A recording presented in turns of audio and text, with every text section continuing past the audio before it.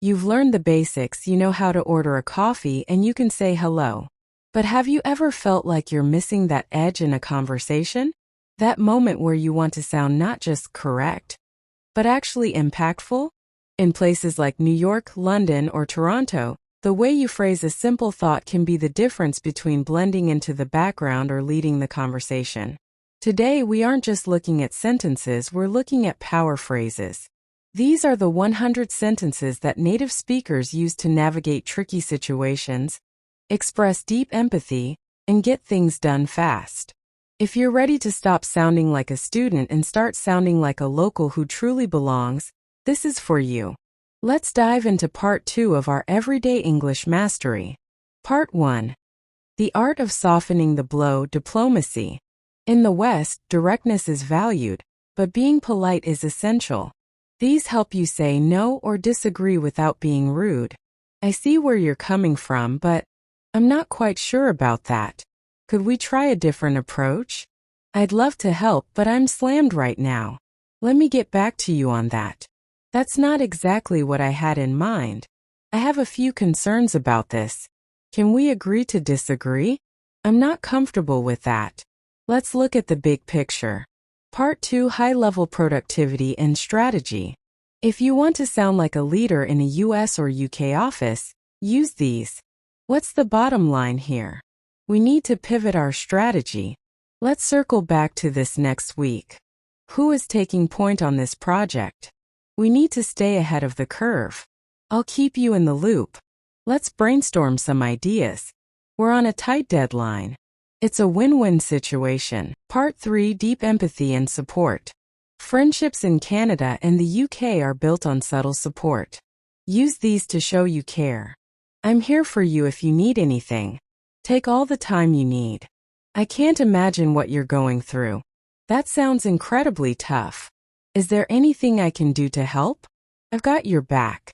Don't be so hard on yourself. You're doing the best you can. It's okay to not be okay.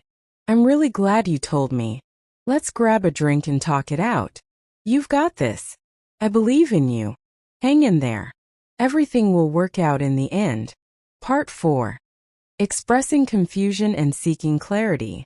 Don't say, I don't understand. Use these instead. Could you walk me through that again?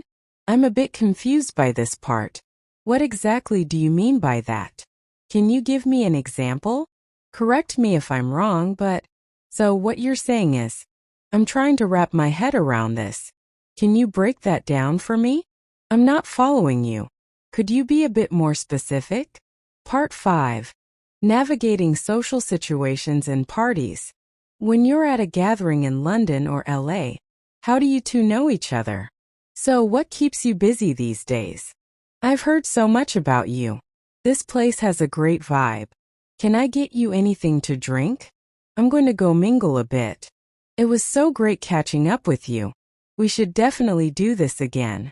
How's your family doing? Did you see the latest episode of that show? I love your outfit. Where did you get that? That's a fascinating story. I'm so glad I ran into you. Keep me posted on how that goes. Part 6. Household Chaos and Chores. Real talk for living with others. Can you give me a hand with this? It's your turn to take out the trash. We're out of milk again. Did you remember to feed the dog? I'm going to do a grocery run. Can you turn that down a notch? Let's tidy up the place. I'm running the dishwasher. Do we have any clean towels? I'll be out for most of the day. Part 7. On the go and transportation. Moving through the city. Is there a shortcut we can take? My GPS is acting up. I'm looking for the nearest gas station. How much is a one-way ticket? Is this the right platform for the city center? I'll call an Uber. Can you drop me off at the corner? I'm stuck in traffic. What time does the next train leave? It's just a 10-minute walk. Part 8. Opinions, Beliefs, and Debates. Stating your ground. In my humble opinion, if you ask me, I think, I'm firmly convinced that. That's a valid point. I haven't really thought about it that way. It's hard to say for sure. I'm on the fence about this. To be honest, I disagree. That's just the way it is. It's worth considering. Part 9. Final closures and moving forward. Ending with impact. Let's make the most of it. I'm looking forward to our next chat. Safe travels and stay in touch. Wishing you all the best. Let's crush it today. Wow, we just covered a lot of ground. These 100 sentences aren't just words. They are tools. They help you build bridges, solve problems, and show the world that you aren't just an English learner. You're a communicator. The secret to mastering these is shadowing.